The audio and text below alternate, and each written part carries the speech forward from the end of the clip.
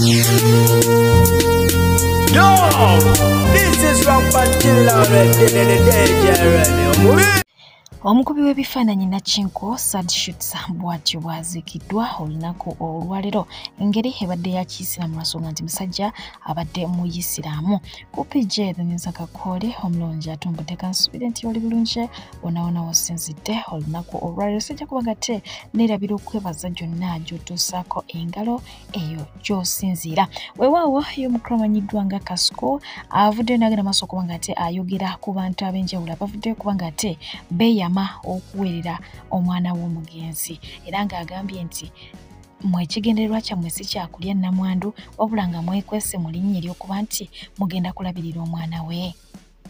So nga ate mawulire amalala g'ennaku retired major amanyiddwa nga John Kazura avudde mu bulamu bw'ensi eno.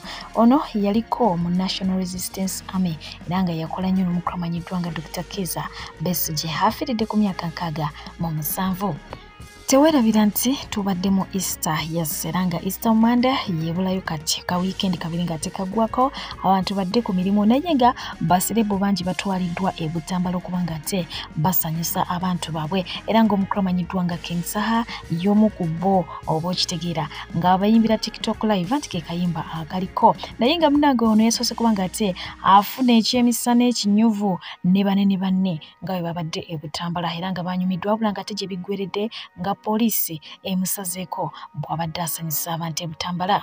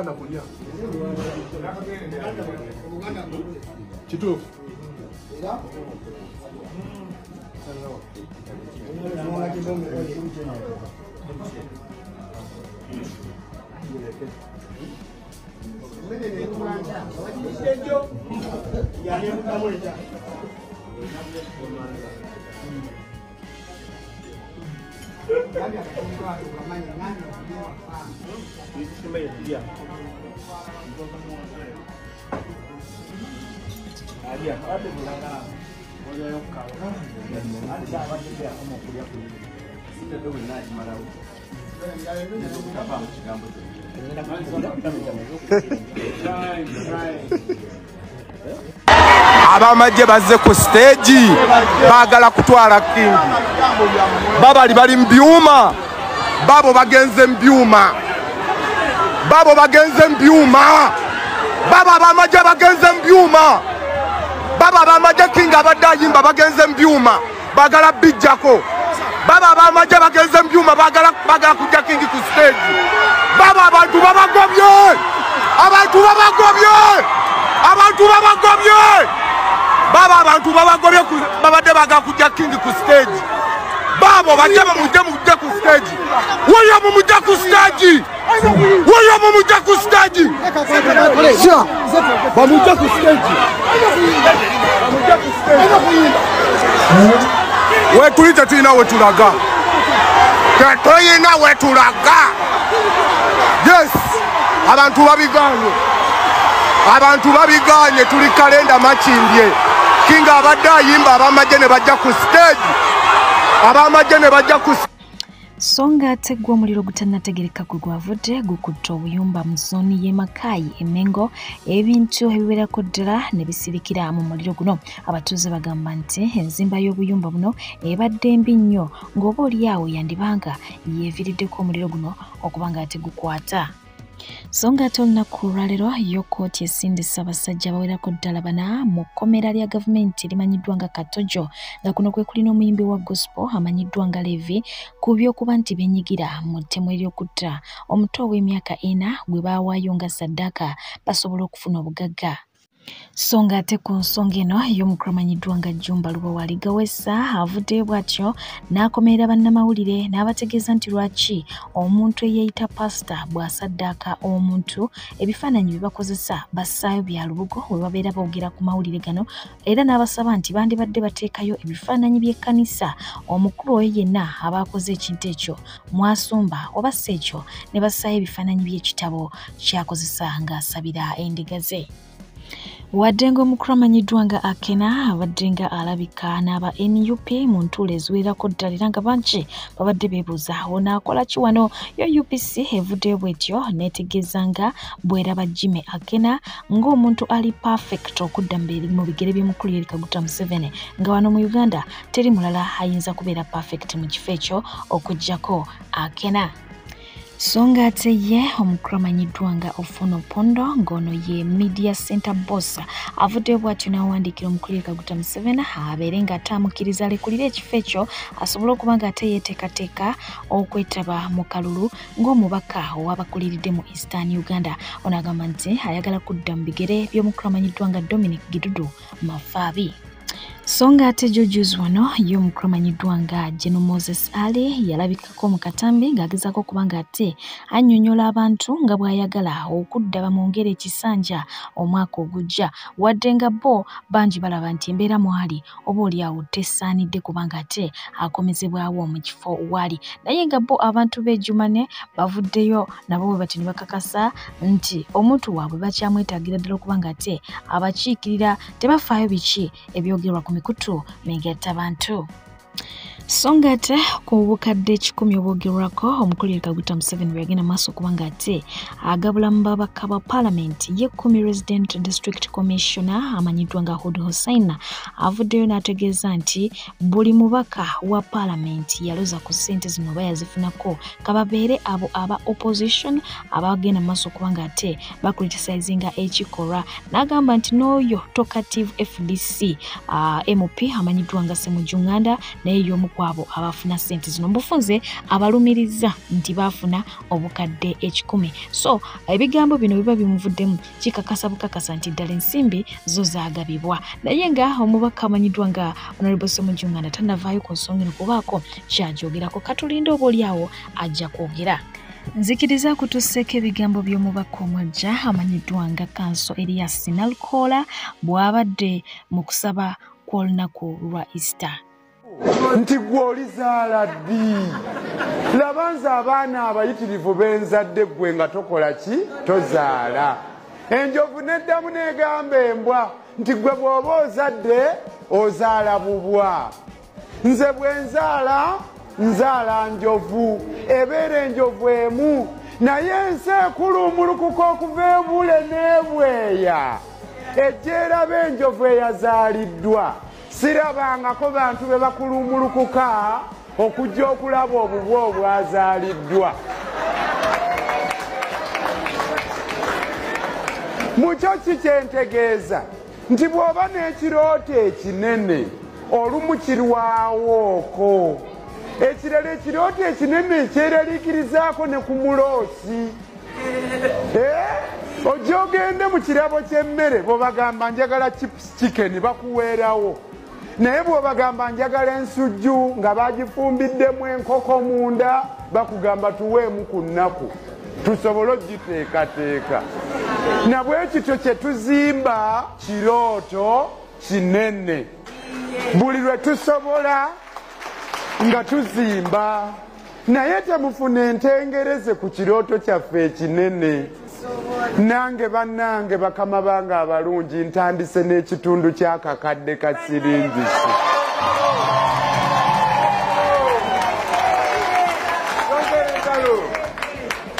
Yongera engalo.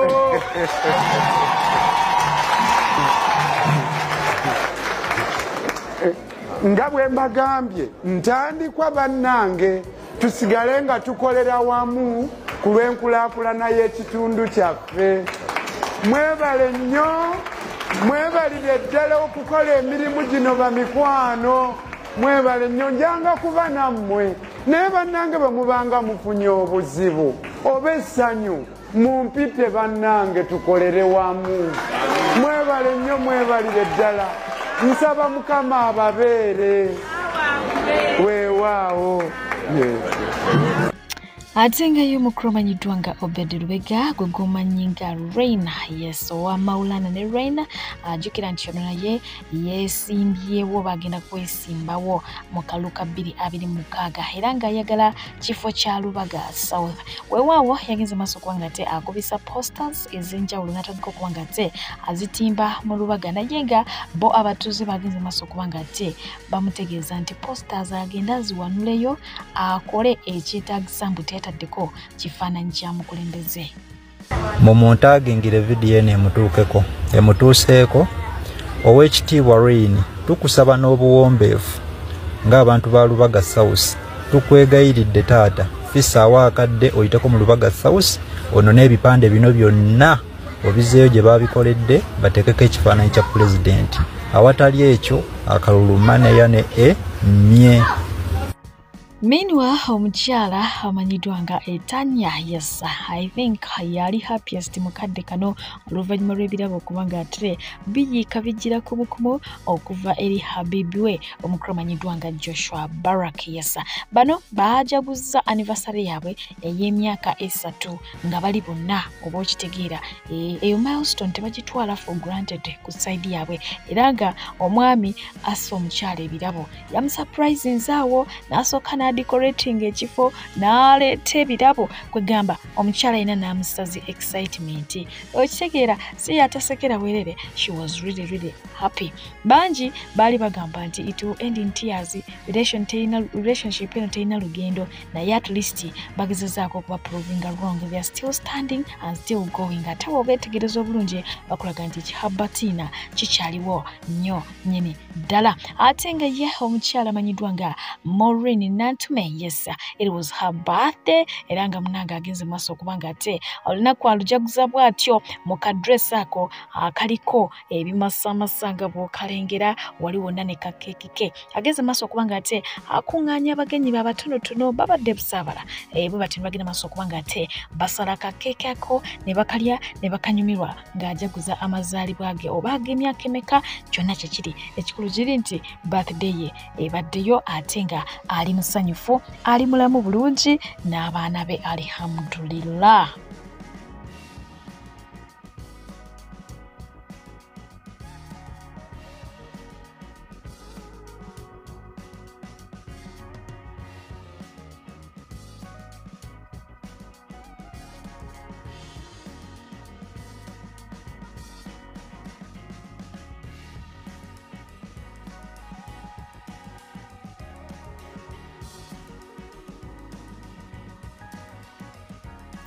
Nakutuusizzaako eggulire ly'omukyala amanyiddwa nga Joey Landa bwe yavuddeyo n'agenda maaso okuba nga ate ayogera ku mwana mulenzi amanyiddwa nga Biswanka nti ali very disrespectful, wabula nga kino kyajja oluvannyuma lwa saga ya Laika ne Biswanka, which nayo nagikutuusaako basaagala kuleka mabega, oba okitegeera. Kaakati Joey Landa n'agamba nti newe wabaawo akakisa k'okukola ne Biswanka ye tayagala mu bulamu bwe, tayagala kwesembereza abantu balinga Babiswanka abatalina mpisa, abatawa bantu ki bitiibwa, abantu abatajjukira nawa gye bakoze ki gye bavudde. Kino kyaviiriddeko Biswanka okuba nga ate agenda maaso n'akola lukululana y'ebigambo mu bufunze alinga eyakoze eddaami, okitegeera. N'agamba nti awandiikidde abawagizi be abeebaza okumuwagira n'okumwagala, naye agamba nti kyeyazudde mu music industry ye Uganda abantu tebaagala kubasinga, abantu babakuba ebikono, era ng'agamba nti ye ali ku bunkenkerwa music we kubanga abantu buli saa bamusuubiza okukola ki, okumutta. Kakati agamba nti it's either akwitinga music asigaze obulamu bwe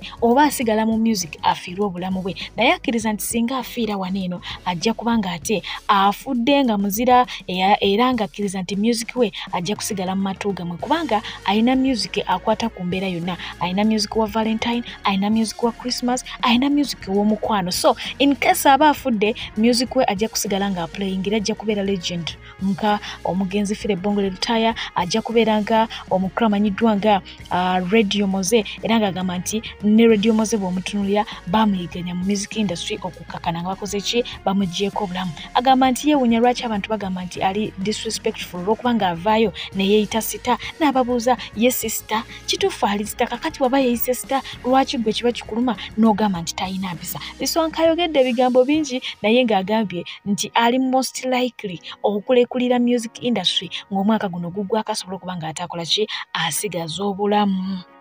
Ate ngayo mukromanyiddwa nga Siiza mwana yesi yavuddeyo n'awandiika n'agamba nti bano abawala abawunya kabuvubuka nze bankolera abawunya ekkalalume okitegeera ye bamukolera kakati gwe gy'oba ekukkolera ye bamukolera okitegeera jjukira nti tekiwoomera matama abiri ate gwe kyotaalye waliwo abakirya kyova olaba gwe eggumba olireka maguja nekola ki neeritwala naye ng'embeera yo bwetyo bweri. Bwe tuddako ku mukutu gwaffe ogwa tokotooko just guess who was surprised ye mwana muwala amanyiddwa nga Passion oba muyite Baby Passion. Omwana ono abasinga obungi omwana ono alina following nene ali mu millions eziringa 3 ez'aba followers ate nga abasinga obungi abafaananira Zuchu mukyala wa Diamond Platnumz gwalina mukadde kano era nga Zuchu waba akantu konna kakoze bafuba nnyo okulaba nga bakamutagingamu omukyalo n'abeere ng'ate akachallenginga nti akola ki amufaanana nnyo naye nga dadi we abikoze agenze maaso okuba ng'ate amugulira emmotoka ku myaka gino emito. Abamu kuffe emikisa gino tetugifunyeeko tuli wano tutoba tufune ku bumotoka naye bikyagaanye naye nga ye Baby Passion dadi bw'ate bwakoze ki bwamukoze amusurprisinze n'akamotoka oba agenda mufunira driver oba aneevuga mimi naweewe naye nga ye Vinka yabaddeko ku birthday ya Baby Amal. Samal ono wassebunya atulinawo Baby Amal omulala oyo ali mu dress eyaki eya purple naye nga ba social media in-laws mu comment section they were complaining about her dress code nga bamugamba nti bw'oba ogenda mu baana manya ki ekyokwambala ennyambala bweti ffe tugamba nti mu baana yabadde tesaanidde oba okitegedde. Ate nga yo mukromanyiddwa nga Uptop Boss finally yamala n'atulaga nti it ended in tears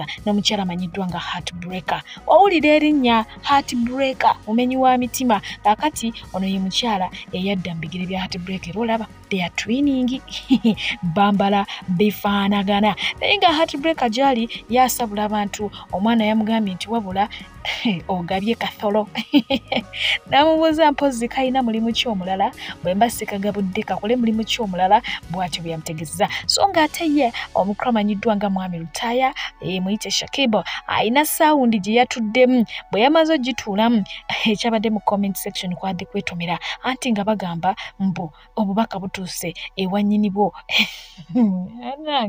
saawundi ya Dr. Jose Chameleon yali ku interview mu ng'alina byayogera naye nga byayogera Shakibu we yabituddemu balowoozezza nti oba oliawo alina message gy'agezaako okuba ng'ate asindika ewa mukyala Lutaya.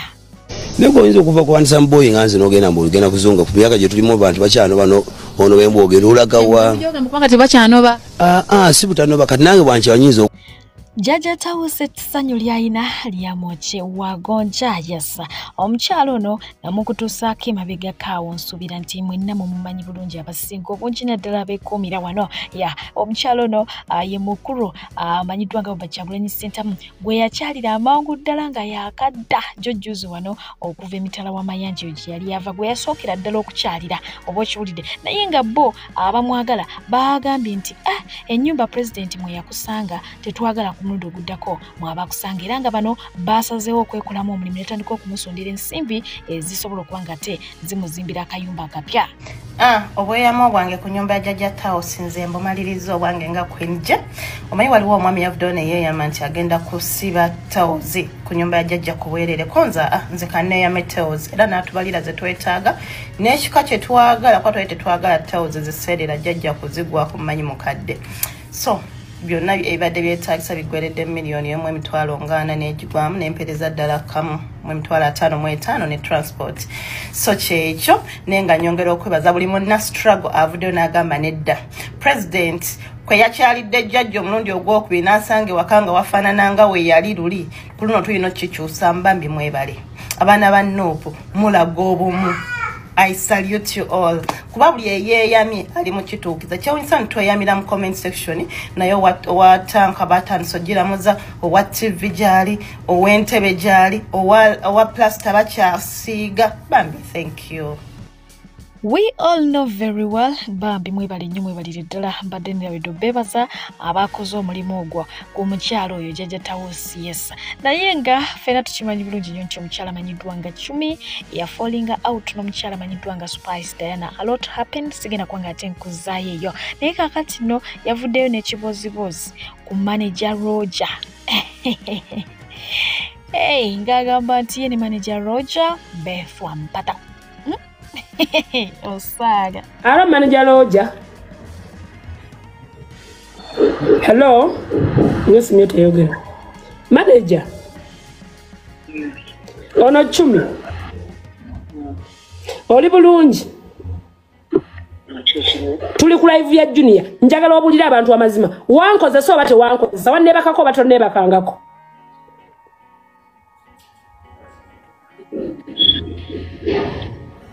Esimi eyogera mpola. Hello, manager. Esimi eyogera mpola. Alabika alina mutulo. Ndowooza naye kati anti namulaga nti namukyayi. Ayita mu kugezesebwa. Njagala. Abantu bakuno. Diana avuddeyo annyambye nze omwana omutonze nze Chumi. Kati manager Roger wadde omukubidde. Oba yakoze oba teyakoze. Damu omukubira awo mubuuze. Junior tonawo simu onkubira ku manager lo esimu yongera nnyo. Toina ya time. Nandi mukubidde na ate yange gye nkozesa wano. Naye nandi mukubidde. Kati lete esimu yange y'okubira manager Roger tu. Mubuuze ki? Omubuuze yankozesa oba tankozesa. Manager Roger bawange manya nalabika Roger yakuwoomera yali atamidde ne wagamba n'abawo yali akwana oyabawo sagala kumwogera kusagala kwogera ku idiot peoples sagala kwogera ku abo kuti abawo talina kiddako ova ku muntu akusa mwali mulama lama yakuvuma nagamba tosiima sisiima kakati nsiima ndi kabaka wano mu Buganda tukimanyi kabaka yasiima nsiima Luwirayiti naye yakuvuma Luwirayiti tasobola kubanga Luwirayiti amanyi amazima Luwirayiti ayogera ne Spice Diana direct wana abantu abamanyi ebintu byange Sheila Price kubyange ne Diana Sheila Price Otambudde obwoya ne bukugwa ne kontombwe ng'onoonya mirimu ofereddwa abaferi bangi toddamu kumagamaga kankwanjulira Malden International Labour Consultants be bakugu abaakakasibwa okutwala bannayuganda emitala w'amayanja mu nsi nga Qatar, Saudi Arabia, Jordan, Kuwait, UAE, Bahrain era nga bano bakutusaako emirimu omuli security, waiters and waitresses, maids, cleaners wamu ne baristas basange wali eri ennamuŋŋoona oba bakubire ku nnamba zaabwe ez'essimu 074 73888 oba 0772 830 26 oba 0787 95 23 be bokka abagenda okusangula ennaku ku mutima gwo beba Malden shipping life into a unified destiny. Abalungi abatuuliriza era abatulaba olunaku olwaleero tuchaddeko ewa Sheikh Ashraf Dembe. Sebo sanyusa okubalaba amannya agange Seeka Ashraf Dembe akola ku bizibu by'enjawulo omuntu singa abalina ebirwadde musomereddwa tumwa amazzi ga lukuya nga bw'obadde ogalaba tugenda abantu ku kyoto ne twokya emizimu emibi egibabaamu n'okulomba edduwa abantu singa abeera ng'ali wano atuuse sobola okumulombera edduwa ne waba atatuuse nga mpadde amannya ge naye ng'ali wala naneetaase ennamba yange yeeno eri 07 21-376-11. Namwe bannyinaffe abali ebweru oyagala okuba nti oyagala okulombera ku ddwa ng'olina ebizibu visa zibuze amaka gakolongotana sente zikola zimpita mu ngalo ojja kumpeereza ekifaananyi kyo n'amanyago ebyo byokka bijja kummala nja kukulombera edduwa ojja kutereera. Olunaku olusembayo mu mwezi mba n'edduwa ey'awamu ffenna n'abalwadde bange abakadde n'abapya. Salaamu alaikum warahmatullahi wabarakatuh. Eby'ennaku byo tebiggwayo mu nsi era nga ennaku mubaamu lwekuluma n'ogamba Mukama Katonda nazza gwache. Fera tujjukira omukrono amanyiddwa nga Reuben. Yes, omukrono yalina problem with his dental formula. Wekitegedde bulungi kakati mbambi ne basalawo kubanga ate bamusondera ssente awo bamutwale ku surgery buli kimu kisobola okubanga tekitambula bulungi wabula yavuddeyo n'asiima buli omu eyamukwatirako. Mu comment section nalabye abantu abamu abadde mulaga nti temwategedde mukrono kyebadde ategeeza nga mugamba nti abantu basabiriza bwaba bakuyamba lwaki ate kakati oyagala bakuyambire ddala. His point was nti yes mwamuyamba yasiima nnyo era musanyufu naye ate omuntu eyamuli ku kido kubanga ye talina family talina waluganda talina ki omuntu eyamuli ku kido eyalinga mukwano gwe bwe yalaba embeera ey'okusonda ssente nga weeri n'amulaga nti waali nnyo mu ddwaliro era bwe baamala omuoperatinga yafuna ssente empitirivu okuva mu bantu ab'enjawulo nga ssente ezo zirina okumuyambako kubanga alina okubanga ate asigala ku treatment wabula kyannaku nti ate omuntu oyo yamaanyuka ne ssente zonna n'atamulekera yadde 10 oba okitegeera so nga ate mmwe mwasonda musajja ataafuna obujjanjabi abeere bulungi oba oli awo anatandika okukola naye akyusa obulamu bwe naye ate yamuli ku kido yagenda maaso okubanga ayonoona buli kimu. Abo be bayita abantu. Ne baganda bange nnina obulumi ku mutima bintu bino ngenda kubyogera sigenda kutya muntu yenna agenda kubaako kintu kyonna kyayogera oba onvuma oba okola otya yogera naye njogera ekintu ekindi ku mutima bannange nave waka nengenda ku sajjale byonna ebyatuukawo mwabiraba nagenda ku sajjale era neebaza buli kinoomu eyankwatirako kugenda ku sajjale neebaza buli muntu yakwata kasente ke nagateeka ku ssente enza ntwala ku sajjale. Baganda bange nnina obulumi ku mutima annayo olunaku lwe nava ku sajjale nasuulibwawo wenki olunaku lwe nava ku sajjale ne Uncle Abidekisi lwe yajja n'asasula biiru zonna ezaali mu ddwaliro banero olunaku lwe neewuunya omuntu ku nsi ya Mukama kuno nadda ewaka ne mukwano gwange gwe mwalaba mu ddwaliro netukomawo ewaka twakomawo nga tetulina yadde 10 mu nsawo ne ssente eriya mu voice ze yatuwa $200 agaali ku kimuli kino kyemulaba kino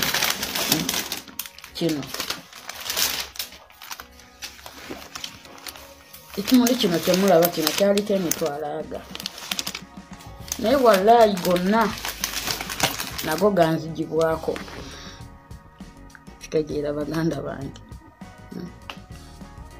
nago ganzigibwako nakomawo ewaka nga siina yadde ne10 mu nsawo kwentandikira yadde $200 kwentandikira nti ganzijanjabe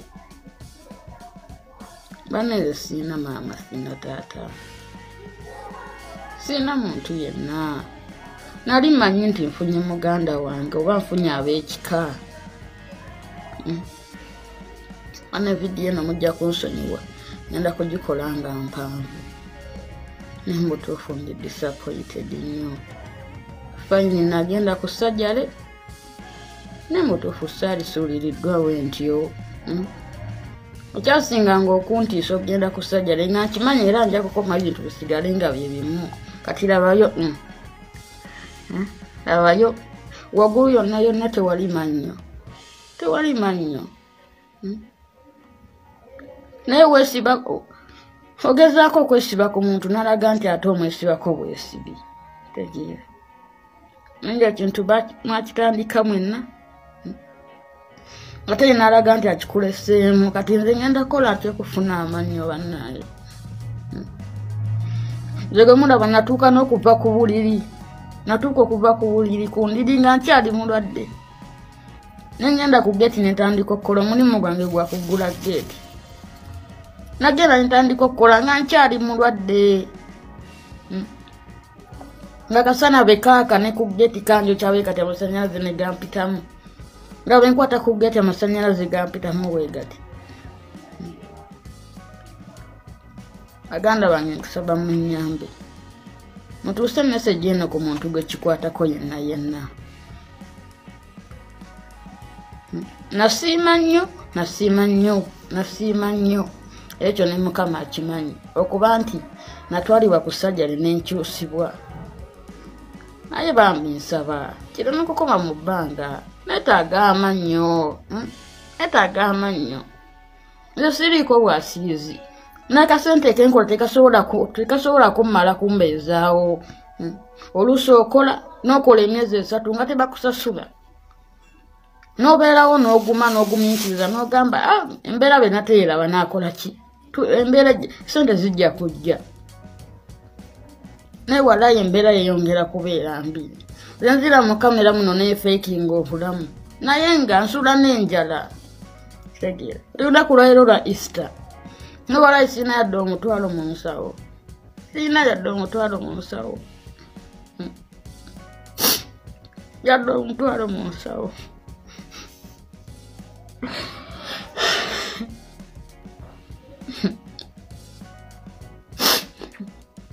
mukama yanyamba nampa trendi naye muganda wange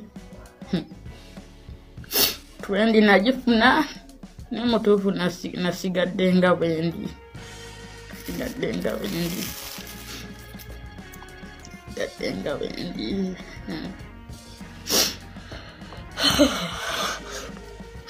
naye nsaba munyambe naye neetaaga amannyo nina ekirooto ky'okugenda ebweru nkole nenagendayo ntyanga siina mannyo ngenda kujja sente zigenda okuteekamu amannyo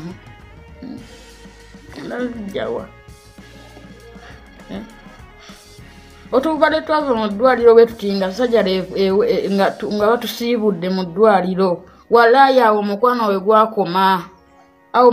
we gwakoma n'abantu bonna abali banninaanye omukwano gwonna we gwakomaawo natuuka n'okudda waka nga sina yadde emitwalo 2 nga n'emitwalo 2 lyamu gye yampeera ku kimuli okwo nga nagyo baginzigyeko emitwalo 10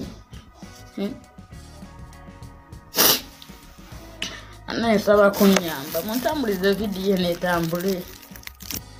Temulaba nti omukulu SB Fagusa ensonga nange njagala nnyo okuggusa ensonga yesse twalaba waneeno omukyala eyavaayo mu ddwaliro ekkulu e Mulago nga yeemulugunya oluvannyuma lw'abasawo kubanga ate bakyusa omulwadde we ne bamujja yewe yali asuubira nti we waali awalungi oba oli awo anaawona mangu ne bamuzza ate ye awatamusanyusa era she caused chaos yali kokkaawo bambi nga si mumativu n'embeera yali egenda maaso naye gye kyawunzikira twalaba omukyalo oyo yakwatibwa n'atwalibwa poliisi ey'eddwaliro kaakati ye omusawo w'okumukutu ogwa TikTok gwe mumanyi obulungi yavuddeyo n'abeera ng'ate ayogera ku mbeera eyo ng'agamba nti bajja kubakyusa nnyo bakyabajjawo nnyo kubanga nabo tebalina kyakubakolera eddwaliro teririna facilities ate si musango gwabwe ng'abasawo mulina kunenya gavumenti eri muki eri mu buyinza so si bo abasawo nabo tebalina kyakola.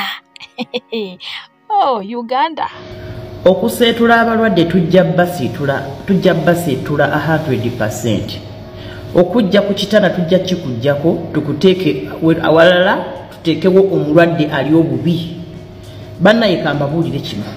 Amalwaliro ga Uganda tuyinza okuba tulina ebitanda for example kangambe mutuzaalira nga tulina ebitanda 20 bye tuzaalirako. Abakyala abali ku bitanda okwo 2 nga wansi waliwo 3. What should we do? Baba gamba family planning temwagala. Muzzo okuzaala at the same time abakyala 5 nze wenalina akajjira mu Mulago I was about to run mad. That was 2009 nze nali sikirabangako. bwelalinga nkyali eri mu malwaliro amalala leeri nga sirabanko balwadde bannange kaŋŋambe nali sirabanko balwadde natuuka mu 5C mu 2009 n'empunga abasawo twaliko oba nga 10 naye nga abakyala abaluma bali mu 100 ate nga bonna bakuba enduulu ate nga bonna abaana bali about. What are you saying? Ugandans wetalowoze ku kigambo kya family planning bannange n'obuuza omukyala ono mwana wa 12 n'obuuza omukyala ono mwana wa 8 n'obuuza omukyala ono mwana wa 7 n'obuuza omukyala ono mwana yasooka abaana nga tulondanga nswa. I will never forget that year.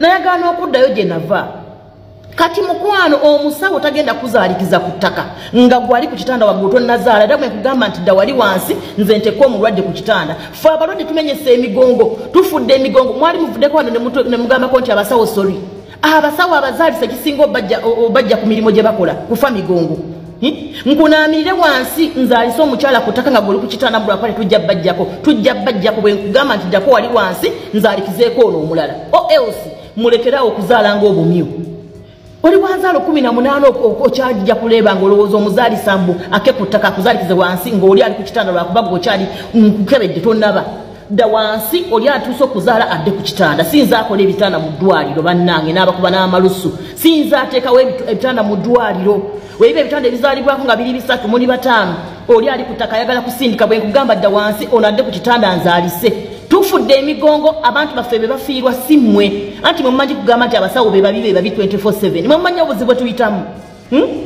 mumanyi obuzibu bwe tuyitamu amalwaliro ga gavumenti nga gajjuza bwe tubagamba ku family planning temwagala kiwulirako yadde omuntu ajja okuzaala mu ddwaliro nga atlisi agamba zaala mwana wa 3 mwana wa 4 ekinene nnyo mwana wa 5 naye abakyala abasinga luzaala lwa 8 luzaala lwa 9 abaana bali bameka bali bonna bannange naffe kituufu twasoma obusawo tubwagala naye bannaye waliwo ekisukka kati mwagala nzije ekitanda ewaka mu nnyumba kyembamba tekako mwena mubeere ku bitanda so that is it tulina obbajja ku bitanda ne mu other sectors ozirika tukutese ku kitanda ozze engulu okubya omwasi tukulaba otereddemukko waliwo oli gwe baleese ali bubi nnyo yetaaga oli for example kitanda wali oxygen gwe tokyetaaga oxygen tukujjamu ne tukuzza walala eyetaaga oxygen najja ku kitanda ekyo bannange nze natuuka okugobebwa bannaye mutuleke namu otuse ku muntu wo omuwulirizaako wano nkugambye wabaawo omusuwa ogukola bwe guti tegukuba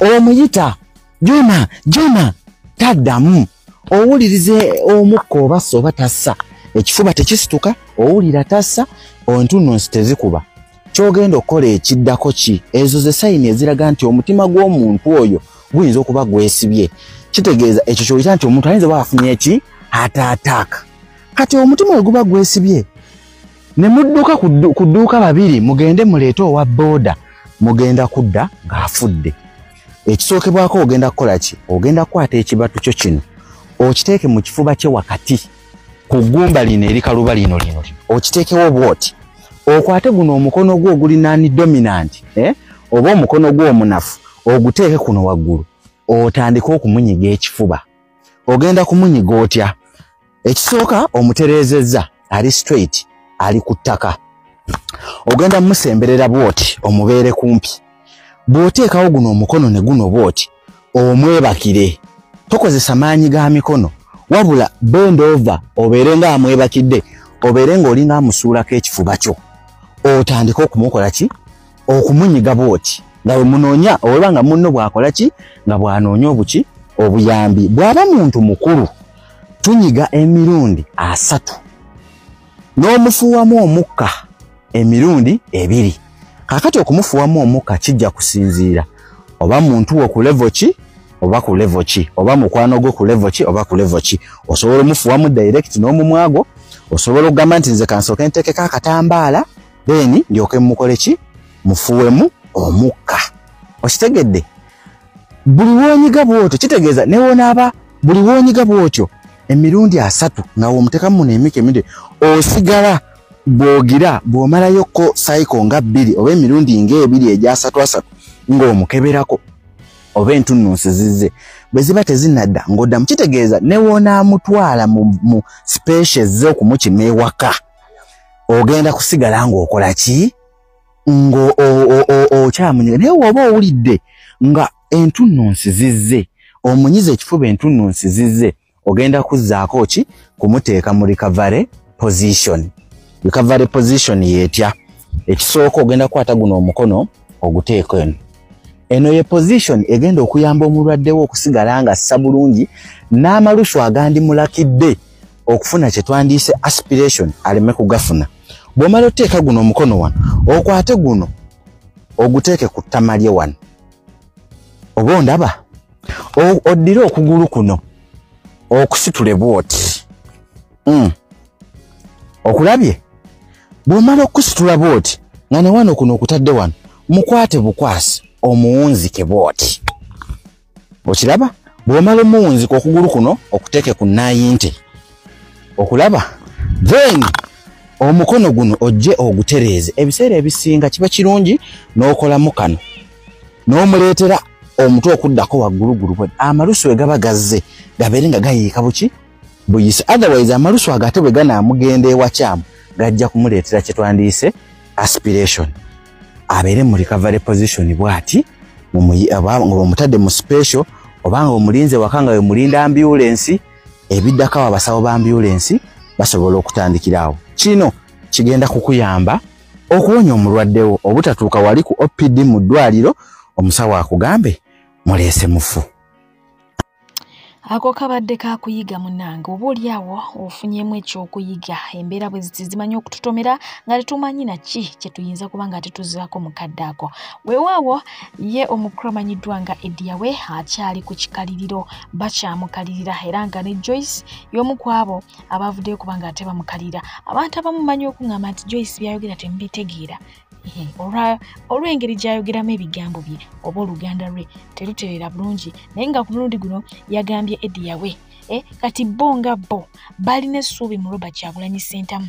Bangi tebali Uganda, emirimu gyabula baagenda Mitalama Mayanja kukyusa bulamu, naye ate mu kubanga bakyusa obulamu tebalina baagalwa, amazzi gabaluma. Bangi bali eyo tebalina bafumbiriza amazzi ago gategedde. Kaakati ye ali eno afuna mukyala we buli lunaku bwe ayagala we yeetiyuliza, bo tebakola kiti bafuna mukisa ogwo. Ate avaayo alina okubalwanira bave mu mbeera gye balimu, ate ye ayogera blabla. Anyways, muwulireko bwegera okuba ate basibuza n'omukyala omulala nga bagenda maaso okuba nga ate basabula Ediawe okubaweereza mbadde pijje nga bulijjo lwaki nedda atakumira mpeera tabankumira sigale nga bankumidde ate abanjagalire mweraba. Yes, my people. Tambula video no sharing out to become mukulu ya is excellent. Edimawe. If you know the way women that are suffering in Uganda, abachala, babonya, at least iyo zina kumukaze blunako. For us nothing. Amazi gago tere mutu basobola kukubaka abachaza jebali mu Congo, jebali ono Somalia, abala jebali babonya babunda mukomera, abachaza bameka bavuna mukomera n'ebintu, abakazi babonya tere, abantu bameka bafa. How many people who died because of change in Uganda? To let Magezi ya family. We want change, we love Bobby Wine. He is the one who sacrificed his life for us we sacrifice our life for him. To helping us. To let Magezi yo gwe 00. Igwe zina mukazi bulunda abana ya bere babonya. To dang. Banna Uganda neno fayiro tujije mu ddiro. Ngenda kwogera njabirizo lw'ensonga y'obudde. Assalamu alaikum wa rahmatullahi wa barakatuhu. Kansibirente muri bulungi nnyonyi ne ddala ntambuliza ebigambo bino bintuukire ku mukulu Ediawe n'abantu abalina endowooza emufaanana. First of all, sabo Ediawe ngenda sooka nkusemu ekitiibwa ky'obwataato olw'ensonga weddira mboga ate neddira mboga omanyi obuganda butuwa omwaganya awo olina engeri gy'ofuukamu kitange okitegedde bulungi barakallahu fiikum naye tekiŋŋana kugambako. Njagala nkutegeeza ebigambo bino wammanga kano kakootinge ne bannayuganda bonna abampuliriza mukootinge ekigambo kino singa ogenda ku makya n'oggulawo kamera n'otandika okwenganga His Excellency Robert Kyagulanyi Ssentamu olwo olutalo oba olugudde ku Uganda yonna. Era oba tolwana na President Kyagulanyi yekka oba olwana na bannayuganda kati tokigeza kubanga toyinza era tolisobola. Ekyo temukyasobola kukijjawo. Njagala nkutegeeze sebo mukulu taata abiita nti tetwayagala President Kyagulanyi olw'okubanga mugagga, olw'okubanga alina famire nnungi, olw'okubanga yafuna amadiguli, olw'okubanga ava mu famire yammwe, olw'okuba na biki byonna. Mu Uganda tulinamu abantu bangi abagagga, bangi abalina abaana abalungi, bangi abalina famire nnungi, bangi abali obulungi, naye bangi abatenkana na kigambo kya kyalina era mu ggwanga lyattu Uganda tetulinaamu muntu yenna gwe tulabamu ssuubi okuggyako Kyagulanyi Robert Ssentamu. Tetulinaamu muntu yenna gwe tulabamu future okuggyako Kyagulanyi Robert Ssentamu. Robert Kyagulanyi Ssentamu president yeyeko gwe tulabamu okukomyawo obwakabaka bwonna mu Uganda obwadobonkana. Ebintu byonna byasanawo mu Uganda. Buli mirembe gyonna gye basanyawo egy'okubeera nti abantu basobola okweyagala, abantu basobola okubeera mu bulamu obulungi, abantu basobola okugaggawala, abantu basobola buli kimu kyonna essuubi lya Uganda lyonna tuliraba mu muntu omu His Excellency Robert Kyagulanyi Ssentamu. Kati tomwenganga ne bw'obeerani. Tolowoozaako okufumintiriza mbwongo bwo nti osobola okumwenganga n'omuwangula kubanga nakugambye oba olwana na Uganda buli lw'omuggulako olutalo. Wakedde ku makya n'ogamba nti wasooka okugaggawala, wamusooka okufuna amadiguli, wamusooka okufuna biki byonna by'oyogedde bye wamusooka n'okukula. Obadde oyagala yabakusooka okukula nga gwe namusooka okugaggawala, namusooka okuba omubede, namusooka okufuna amadiguli. Barakallahu fiikum, obadde oyagala agafunire mu lubuto. Akuddako gwakomeka. Webale kugafuna webale kumulaga kubo naye ate wandibadde mu wa credit kubanga yabikola perfectly nakusinga nayitawo ne yenkana waggulu mbugamba mbuno Kyagulanyi yeye kategeera obanga avuma mama wange ani yakuvumidde nnyoko ani yamuvumya ani yamwogeddeko tolaba nti ndo bogezaako okulaba nti president waffe alwaniddwa outside ne bigana kati batandise okumulwana munda mbufe tugambe muno tebakwatagana si ye family yammwe esoosa obutakwatagana mwe mumanyi n'ebizibu byammwe ffe twagala president waffe Robert Kyagulanyi Ssentamu ebizibu byammwe tebitukwatako kubanga naffe tulina ebizibu mu maka agaffe era tukimanyi bulungi nti nsobola okubeera ano nga sikwatagana na kitange ow'ebukojja simanya kitange ow'ebuduudu okitegedde bulungi njagala nkutegeeze mukulu Ssebataata omulungi abiita His Excellency Robert Kyagulanyi Ssentamu talabwa Uganda yokka alabwa n'amawanga amalala gwani akumanyi nze mbadde sikumanya ate bannayuganda bangi abatakumanyi omanyiddwa famire yo ndowooza n'abantu abatooletoole bwe wayimbira ebiyimba byebyo ebyekinankani busimanya kwata mu kiwato simanya zinukirire paka ndibdu mbadde sikumanyi okitegedde bulungi naye oyo omuntu gw'olwana naye sinsi yokka emwagala nti Uganda wabula ne outside country tumwagala abantu bangi Japan eno yonna bali mukowoola bagamba nti bannange twagala His Excellency Robert Kyagulanyi Ssentamu. Kati mukwano omulungi abiita totawaanira towenyenya njagala ntegeze bannayuganda mwenna ekintu kyonna ekikolebwa nabagamba entalo nyingi bagenda kuzituletera but tetuta Kyagulanyi awo tovaawo kubanga ye penalty gye bagala okutukuba okutusuuza future ennungi tetuta Kyagulanyi tetuta protest vote 226 nga tuwanika tugamba nti His Excellency Robert Kyagulanyi Ssentamu ye waffe yagenda okutereeza Uganda yagenda okomyawo obwakabaka bw'ettoole bw'ebugogo bonna ebyadobonkana byonna mu Uganda buli kimu kyonna tukirabamu oyo His Excellency Robert Kyagulanyi Ssentamu okitegedde bulungi temutwenganga nabagambye kasitokera ku makya n'oggula olutalo n'okwata kamera yo n'olugula ku president Robert Kyagulanyi Ssentamu oba olwana na Uganda era tujja kukwasamira Barakallahu